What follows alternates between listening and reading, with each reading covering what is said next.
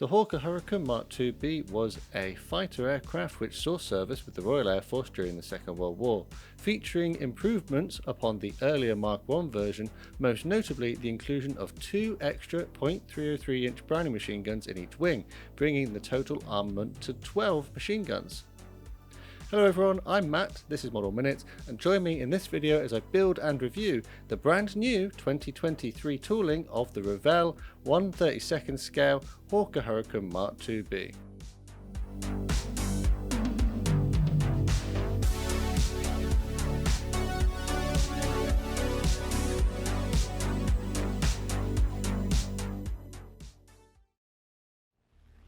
If, like me, you enjoy building historical vehicles and aircraft, then why not also play with them in today's sponsor, War Thunder? War Thunder is the epic multiplayer online game, which is free to play, focusing on military action with land, sea, and air vehicles spanning the last 100 years. It's available on PC, Xbox, PlayStation, and Mac, and personally, it's a game which I've invested an awful lot of time in since its release. The recent La Royale update added a whole French fleet led by the battleship Paris, the legendary BTR-80 and Su-39, plus a whole lot more, including upgraded visual effects making battles even more realistic. With vehicles from over 10 nations, the ability to upgrade them, and add customized decals, take control of your favourite tank, plane, ship or helicopter to bring success to your team. So, download War Thunder for free today by using the link in the description. All new players and those who haven't played War Thunder for 6 months or more will receive some special bonuses.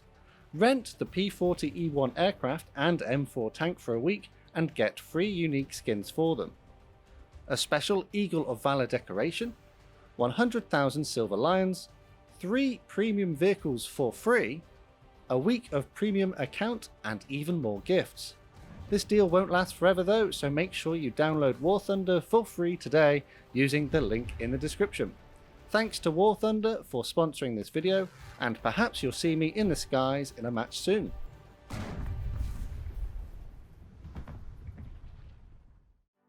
For a closer look at the contents of this kit, take a look at the dedicated unboxing video I made on that topic. In this video though, I'll be focusing on how this product builds up and what it looks like at the end. I'll put a list of the products I used on the screen now to give you an idea of the kind of things you might want to get a hold of if you fancy having a go at one of these for yourself. As usual, I'll cut the parts away from the sprue using either a knife or my snips, and then sand down any rough bits of plastic, the sprue gate, or the very small amount of flash that features on this kit.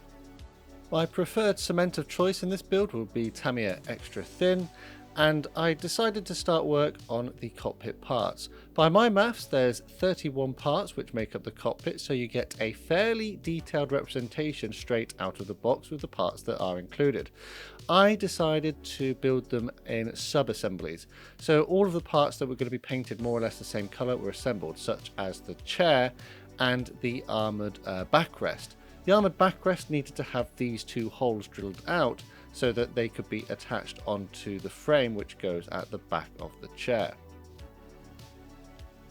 I then joined it onto the frame, adding the extra armour panel and the little headrest. The cockpit floor parts could have their little rudder pedal panels added as well, and there are some parts which get glued onto the inside of the fuselage walls as well for a bit of extra detail. There is a small engine representation, but it's not really an engine representation, it's more of just somewhere to glue the engine exhausts. So I assembled this at this point as well so that it could be painted all one colour in a minute. And here we have all of the parts for the cockpit and the sort of internal engine ready for some painting. And to start the painting, I'm going to use some of this Humbrol No. 1 acrylic primer. I've been enjoying this paint recently because it gives a nice good surface finish and a key for the next subsequent layers of paint. A new product I've not yet tried though, and I'm going to use it on this build, is the metal coat polished aluminium. A lot of the parts in this internal area of the aircraft are indicated in the instructions to be an aluminium colour, and I thought that this would be the quickest and easiest way to represent this. Some parts, however, are a grey-green colour, and I simply used Hataka airbrush ready paints but brushed them on manually into these areas. I wasn't too worried about neatness because I have a sneaking suspicion that a lot of this cockpit detail won't be seen by the end of the build. Next up, Vallejo Black was used to pick out all of the smaller details as indicated in the instructions, such as the instrument panel and also some smaller pipework and other areas that needed it, like the front of that engine. I did thin this down with a little acrylic thinner just to help it flow a little bit better. Once all of that was done, aluminium model air paint was applied to some areas which had either missed the previous metal coat spray or simply had been overpainted by other colours. This camouflage olive green paint was next used to pick out the little holdall which is on the inside of one of the fuselage halves. There is, however, a lot of small details which had lots of little bits of different paints, and there were simply too many to show. Next up, I bought this Humbrol blue-grey wash. It's enamel wash and I wanted to give it a try. So this was applied to the various internal components and then carefully removed with a cotton bud which was soaked in white spirit. This is my first time trying an enamel wash from Humbrol, and whilst it does seem to work okay, I found it to be a little bit thick. Now it's time to get the decals on the internal cockpit areas. So to do this, I'm using Humbrol Decal Fix, and the decals were soaked in warm water, allowed to release from the backing paper, and carefully applied onto the model using the Humbrol Decal Fix to help soften them into the details. Now it's time to whiz through the rest of the assembly of the internal cockpit parts. So, like I said, there's 31 parts which need to go on the inside. They've all been painted appropriately as per the instructions, and they are now ready to be installed. And the way that Revell have designed this is pretty clever. Everything has a place that it fits into, and the fit is really good. There are either little locating holes or pins which they set themselves into. I did find installing this rudder pedal placement part a little bit difficult, because by this point you're now starting to thread things through the rest of the cockpit framework.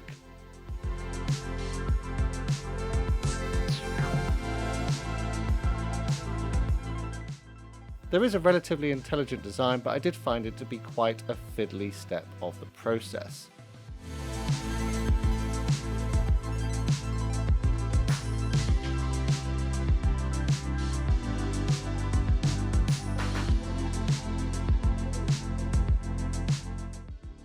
With the pilot seat going in now, I think it's worth mentioning that there isn't actually any seat belts included in the kit, nor is there a pilot, which is a bit of a shame. I would have liked to have seen maybe the chance to have this aircraft in a flying pose, or have the seat belts included in the kit at such a large scale.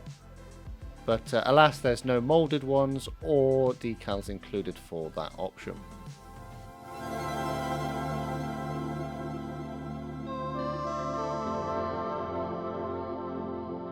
The gun sight mounting was quite fiddly to get into place as well. You have to pass the mounting bracket through the control panel, glue it into its slot, and then add the reflector gun sight on the top of that. Although this is a clear part, I did decide to use some Tamiya extra thin, just very sparingly, and I was fortunate that it didn't fog up the plastic in the end. And now at this point we can add our built cockpit assembly inside one of the fuselage halves, along with that engine mount as well. And here are some beauty shots of the completed cockpit, because in a minute when we close up the fuselage, most of this is not going to be visible anymore, but it is a very nice looking cockpit out of the box given the parts that are included. Perhaps though it is a little over engineered, given that at the end of the day we're not going to be able to see it.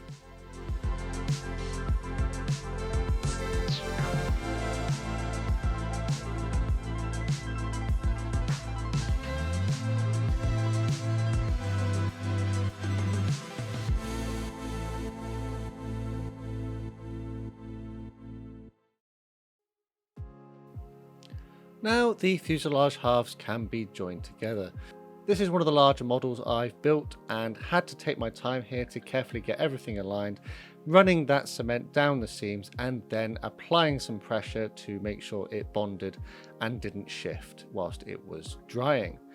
The front of the nose has this panel which goes over the top of the engine mounting which we put in earlier, and again this was just carefully positioned and glued into place. I did go along all of the seams using these fine grade Humbrol sanding sticks which have a soft feel to them and allows it to get a nice smooth finish just to tidy up those joins. Now it's time to begin work on the landing gear bays, and this follows the same kind of format as earlier on the cockpit assembly. You can see here that there's a clear part which is included, and I've already masked the little areas which should remain clear with some masking tape. But on the whole, this again, and I will say it again, this is quite well designed. It's very cleverly engineered, all the parts sort of snapping into place where they should fit. This was followed by doing this bulkhead wall, and there is a gas canister or cylinder which is glued onto the front here, and then this can also be added into the assembly. I have had to switch to Humbrol polycement at this point because it was such a big build. I think I started to run out of Tamiya extra thin, so I'm having to supplement that with the Humbrol polycement as well. These smaller parts here can be glued into position on the bulkhead wall, but they need to be passed through the other parts beforehand. This is a slightly fiddly build in a few places. Some parts in the cockpit were a little bit fiddly, and these parts here are a little bit fiddly as well. But as mentioned, because there's quite a clever design, things just fit into the right places. This bulkhead wall could now be added onto the main floor, as it were, of the landing gear bay, and then I added the previous assembly, passing the tube into its hole at the back of that part. And now it's time to give that entire assembly a coat of the Humbrol model coat aluminium that I used previously. This is the colour that, according to the instructions, this area should be painted, so it means that I won't have to do any extra work later. The wings have a couple of small parts which need to be glued inside before we can join them together. These are going to represent a landing light later on. So the first thing is the housing, which I've painted in the interior green, and then into place you can glue your landing light, which I have painted in aluminium, and it has a relatively good representation. The wing lower surfaces can then be snapped into place onto the landing gear bay assembly we already assembled, and it has a very good design on how this is done. It's quite a sturdy connection system. I then ran some glue around the edges of the wing, and the upper half was added on as well to complete this area. And here we are just adding the smaller part which goes on the bottom of the aircraft and will connect to the lower half of the front of the fuselage. And now finally we can get into the actual meat of the build. So here we are adding the outboard machine guns and the actual machine gun ports on the main front of the wings, and then having joined our wings together we can add our fuselage onto them.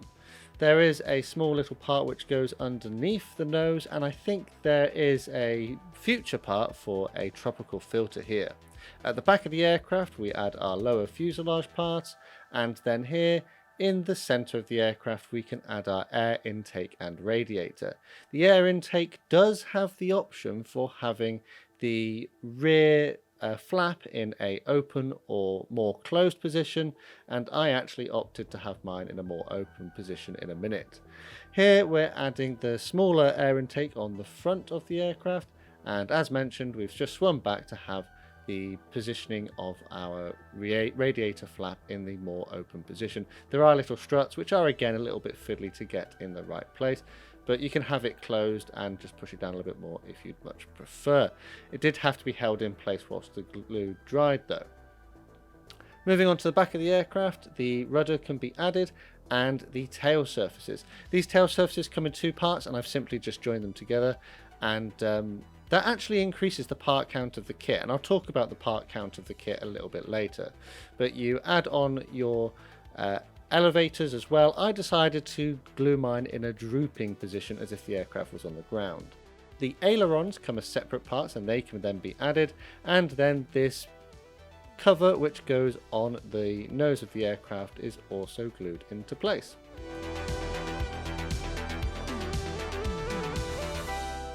Next up, I used some Vallejo liquid mask to mask this small clear part, which I believe is another landing light which goes on the center of the aircraft. It's a recognition light at the very least. So this was worked into the area, and then when completely dry, the part was cemented into its little hole. The landing light covers on the leading edges of the wings were masked with tape and some more liquid mask, and then they were carefully glued into place using Humbrol Clearfix. This glue is a little stringy, so you have to take care to get it into the right places and not get glue inadvertently everywhere.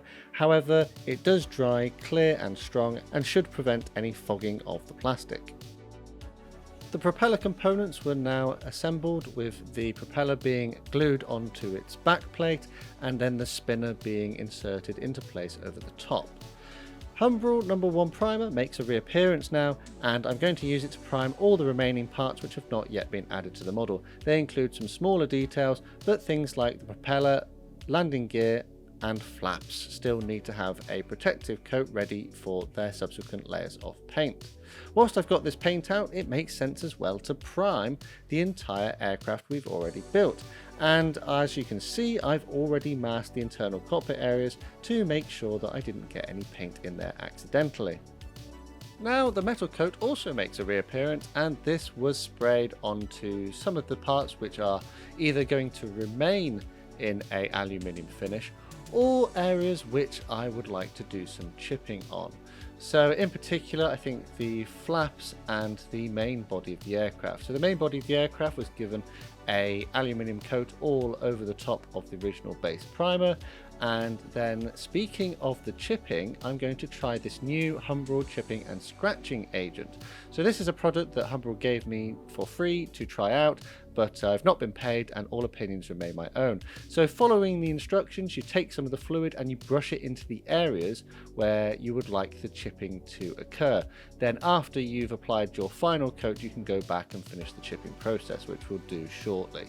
So I thought around the gun bays and the areas where the aircraft would be trodden on, such as around the fuselage, where the cockpit entry is, and also on the moving parts of the flaps. Now for the main painting of this kit. I've gone for this Model Air Black because I'm doing the night fighter version of the Hurricane, which is included in the set. I thought this would be quite an appropriate colour, seeing as a night fighter in this particular type was just painted black. So the propeller assembly was given a spray of this coat, and the entire aircraft was. I did go over a few times, and I didn't really try and do any shading. I just went for a uniform black coverage. I did go maybe a little bit lighter in a few areas just to give a bit of tonal variation, but on the whole it was a uniform finish.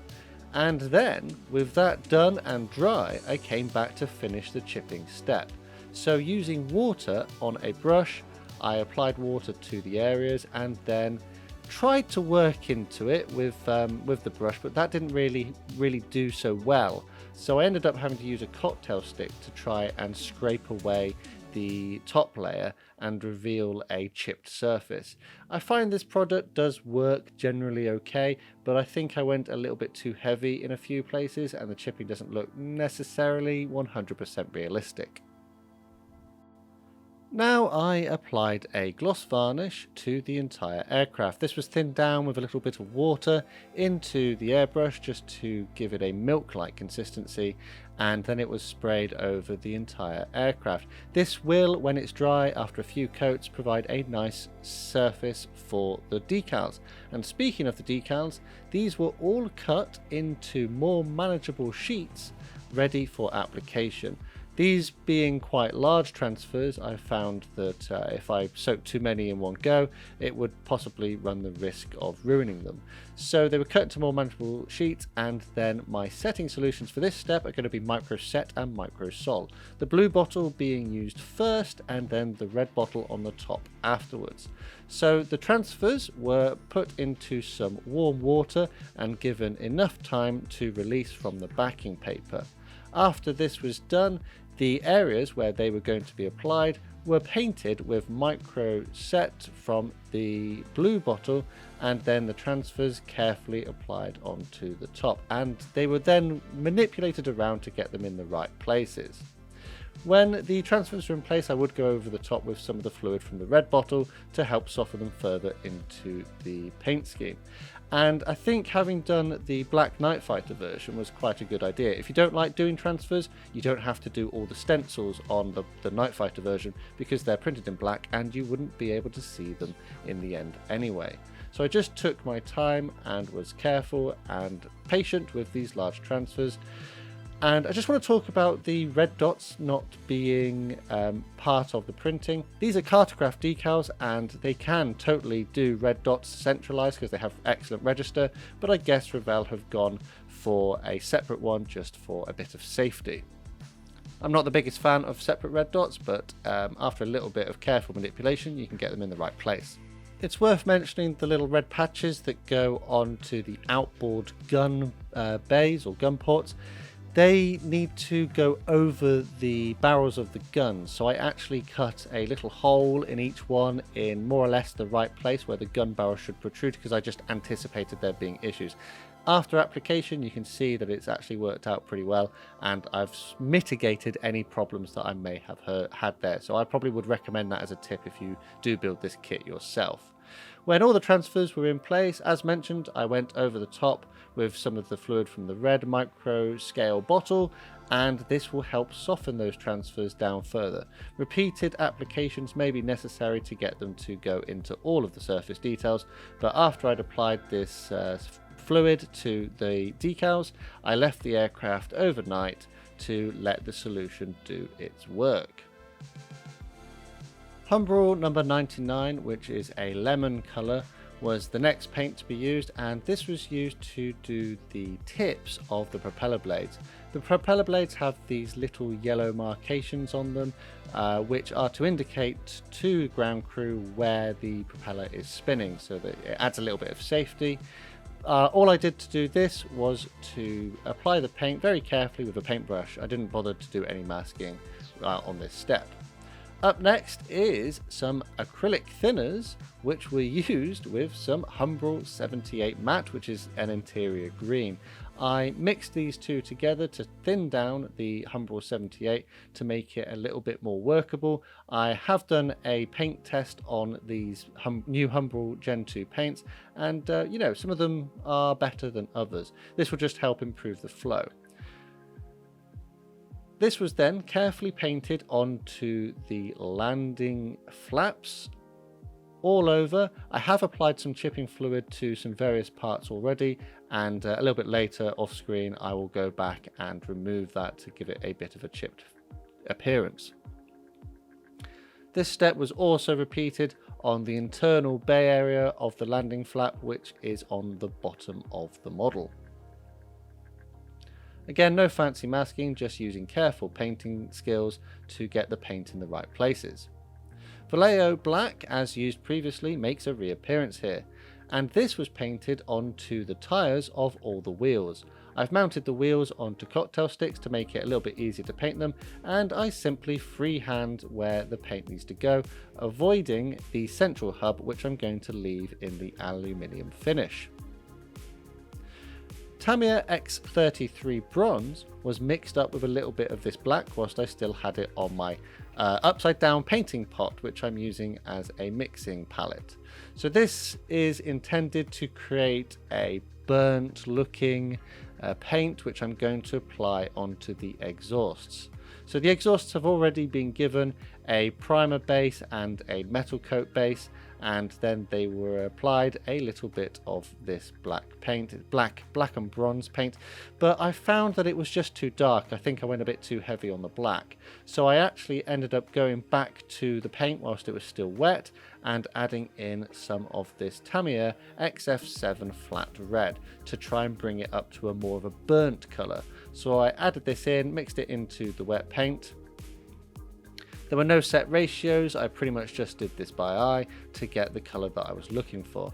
And then when I got to the stage that I thought would look good, I added it back onto the engine exhaust to give a more burnt looking engine finish, like it's been rusted and burnt over the course of its service history. Now moving on to the canopy, you can see that I've masked it using my normal masking technique, which is to simply apply tape and then cut it to the correct shape on the plastic. I've also added some masking tape behind to prevent any overspray. The interior grey-green from Hawker was then loaded into my airbrush, and I'm going to use this as the primer coat on the canopies to try and give a hint of the internal colour, as if you look through the model you should be able to see that on the inside. However, I am aware that the next coat, being the black, is going to be quite dark, so it may not work quite as effectively. And after I've painted all of this in black, it will be ready for installation to the model.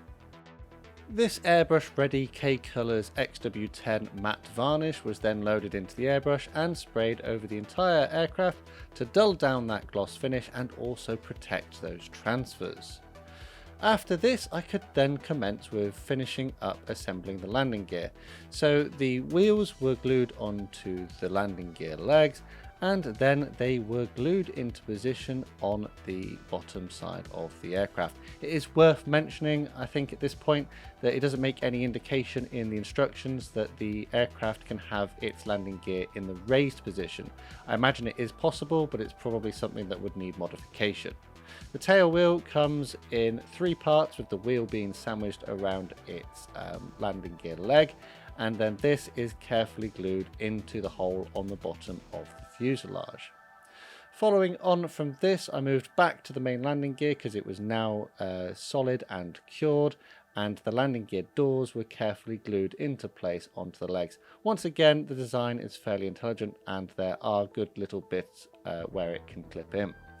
The landing flaps were glued into their lowered position, but there is a part for raised if you prefer. The pitot tube was glued into its small hole on the bottom side of one of the wings, and then I installed the navigation lights in the wing tips. A small clear part also goes on the top of the fuselage, and then just behind this I added the aerial mast. The engine exhausts are carefully pushed into position on the sides of the nose, and I suppose it's also worth mentioning here that the very vague engine representation that we modelled earlier and spent all that time painting is not visible anymore. A small amount of glue was added onto the pin on the nose, and then the propeller assembly was pushed into place. The cockpit canopy components were glued into place. I decided I wanted to have it in the open position to try and maximise the detail that was inside the cockpit and make it a little bit more visible. I did go ahead and add some stretch sprue as an aerial wire, and I simply gave it a quick lick of paint to help blend it in with the rest of the model. The final step in this build was to mix some of this US Air Force olive drab with the matte varnish I used earlier in my airbrush to create a thinner paint, and then I did some airbrush weathering around the gun ports and engine exhaust to add a little bit of extra visual interest. I didn't want to go for a dark black, I went for a slightly lighter colour in this step. It may not be 100% accurate, but I think in the end it gives a good result. And that's as far as I went with my build of the Revell 1/32 scale Hawker Hurricane Mk.IIb. So, now that I've completed this kit, what do I think of it? Well, on the whole, there are very many positive aspects of this model. The build quality is excellent, the fit of the parts is really good, the amount of flash is absolutely minimal, and the parts only need a small amount of sanding to get them fit in a few places, but on the whole, the build quality is really good. The parts have all been quite intelligently designed, and the fit just goes together so well. I did find that the way they've laid out the parts on the sprues was a little bit frustrating because I was constantly going backwards and forwards between different sprues to find the parts that I needed, but that's a problem that you can overcome with a little bit of patience and time. I do stand by some of my opinions that I expressed in my original unboxing video though, and for a 1/32 scale kit, it does have some good features such as the landing flaps being able to be positioned down. Some of the details are quite nice, such as the landing gear lights, and the cockpit has an absolute wealth of details that you know, a lot of the time you'd probably expect to see from an aftermarket supplier. There are some things missing, such as seat belts, and I would like to have seen open gun bays and engines. I know naturally the price doesn't necessarily reflect that, but as I mentioned in my previous unboxing, there are other kits from other manufacturers in smaller scales which are cheaper and do feature these things. Naturally though, being a larger kit, that would require more plastic, which would push up the prices. The transfers were absolutely fantastic. Being from Cartograph, I didn't experience any tearing or silvering of them when they were applied to the model. I think it's worth talking about something that I discussed in the unboxing video though, and that is the low part count.